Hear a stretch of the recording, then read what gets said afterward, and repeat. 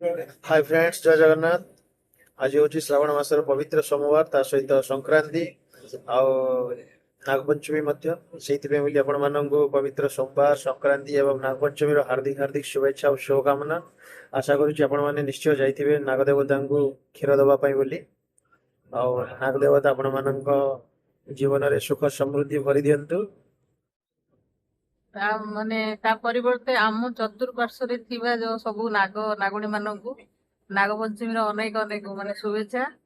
ଆଉ ଯୋଉମାନେ କି ଆଗରେ ମିଠା ମିଠା କଥା କହିଥାନ୍ତି ଆଉ ପଛରେ ଛୁରୀ ମାରିଥାନ୍ତି, ମାନେ ସେ ପ୍ରକାର ନାଗୁଣୀ ଆମ ଚତୁଃପାର୍ଶ୍ୱରେ ଅଛନ୍ତି, ମାନେ ସମସ୍ତଙ୍କ ଚତୁଃପାର୍ଶ୍ୱରେ ଥାନ୍ତି। समाज रे थिबा आस्तीन की साप जागु कोन ମାନେ ପୁରା ମିଠା ମିଠା କଥା କହିବେ ସାମ୍ନାରେ, ବହୁତ ନିଜର ମାନେ ପୁରା ଇଏ, କିନ୍ତୁ ପଛରେ ଏମିତି ଛୁରା ମାରୁଥିବେ ସେଟା ସମସ୍ତେ ଜାଣିଥିବେ। ଟିକେ ଟିକେ ପ୍ରତ୍ୟେକ ମାନେ ମନୁଷ୍ୟଙ୍କ ଜୀବନରେ बाबू टिके हार हे ମାନେ ହାର୍ଟ କଣ କହୁଛି ତ, ପ୍ରକୃତ ସତ କଥା କିଛି ମିଛ ନୁହେଁ।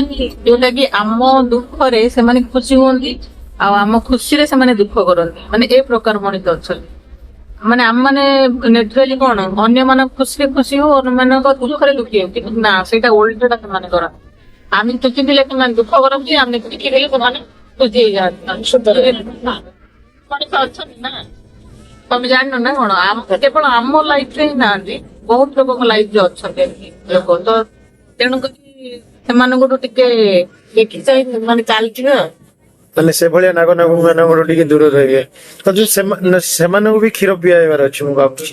କ୍ଷୀର, ସେମାନଙ୍କୁ କ୍ଷୀର ନୁହଁ ଅମୃତ ଦେଲେ ବି ସେମାନେ ଚେଞ୍ଜ ହେବେ। ଚେଞ୍ଜ ହେବେନି ନା, ଯେମିତି ଜନ୍ମଗତ ମାନେ ଅଧିକାର ସେଇଟା, ମାନେ ଏଇ ଟାଇପର ହବାଟା। ଯେମିତି ନାଗ ଦେବତାଙ୍କୁ କ୍ଷୀର ଦିଆଉଛି, ଏଭଳିଆ ନାଗ ନାଗୁଣୀ ଲାଷ୍ଟ ଭିଡିଓଟା କେମିତି ଲାଗିଥିଲା? ଏ ଭିଡିଓଟା ଅପେକ୍ଷା କରିଥିବ ନିଶ୍ଚିତ ଭାବେ।